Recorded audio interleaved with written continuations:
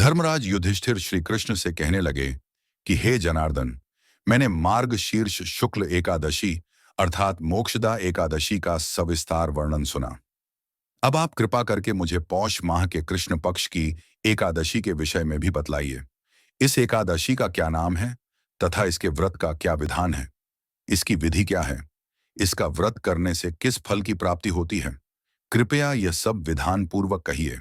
भगवान श्री कृष्ण बोले, पौष माह के कृष्ण पक्ष में आने वाली इस एकादशी को सफला एकादशी कहा जाता है।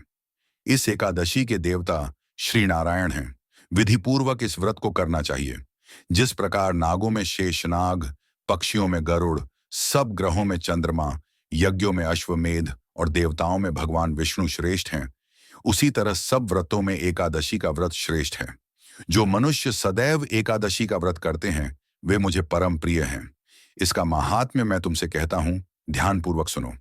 भक्त वत्सल भगवान श्री कृष्ण कहने लगे कि धर्मराज, मैं तुम्हारे स्नेह के कारण तुमसे कहता हूं कि एकादशी व्रत के अतिरिक्त मैं अधिक से अधिक दक्षिणा पाने वाले यज्ञ से भी प्रसन्न नहीं होता हूं। अतः इसे अत्यंत भक्ति और श्रद्धा से युक्त होकर करें। हे राजन, द्वादशी युक्त पौष कृष्ण एकादशी का महात्म्य तुम एकाग्र चित्त होकर सुनो। चंपावती नगरी में एक महिष्मान नाम का राजा राज्य करता था। उसके 4 पुत्र थे। उन सब में लुम्पक नाम वाला बड़ा राजपुत्र महापापी था। वह पापी सदा परस्त्री और वेश्यागमन तथा दूसरे बुरे कामों में अपने पिता का धन नष्ट किया करता था। सदैव ही देवता, ब्राह्मण, वैष्णवों की निंदा किया करता था। जब राजा को अपने बड़े पुत्र के ऐसे कुकर्मों का पता चला तो उन्होंने उसे अपने राज्य से निकाल दिया। तब वह विचारने लगा कि कहां जाऊं, क्या करूं। अंत में उसने चोरी करने का निश्चय किया। दिन में वह वन में रहता और रात्रि को अपने पिता की नगरी में चोरी करता तथा प्रजा को तंग करने और उन्हें मारने का कुकर्म करता। कुछ समय पश्चात सारी नगरी भयभीत हो गई। वह वन में रहकर पशु आदि को मारकर खाने लगा। नागरिक और राज्य के कर्मचारी उसे पकड़ लेते, किंतु राजा के भय से छोड़ देते।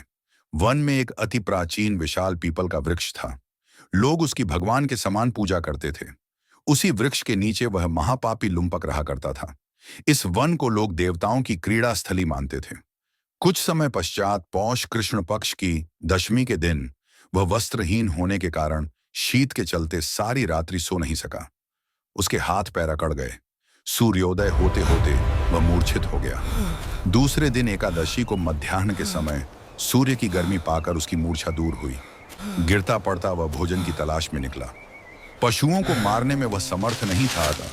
पेड़ों के नीचे गिर हुए फल उठाकर वापस उसी पीपल वृक्ष के नीचे आ गया। उस समय तक भगवान सूर्य अस्त हो चुके थे। वृक्ष के नीचे फल रखकर कहने लगा, हे भगवान, अब आपके ही अर्पण है ये फल, आप ही तृप्त हो जाइए।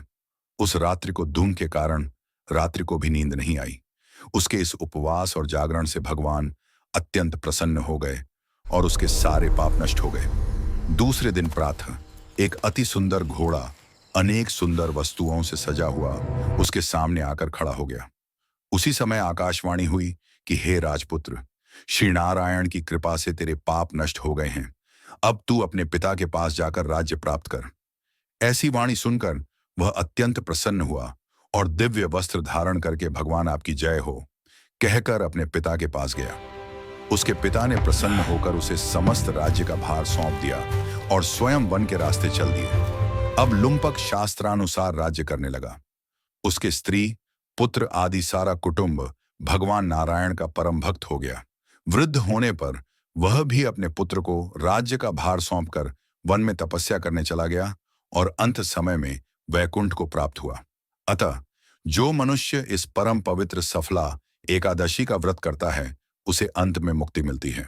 जो नहीं करते वे पूंछ और सींगों से रहित पशुओं के समान हैं। इस सफला एकादशी के महात्म्य को पढ़ने से अथवा श्रवण करने से मनुष्य को अश्वमेध यज्ञ का फल मिलता है। लक्ष्मी नारायण की जय।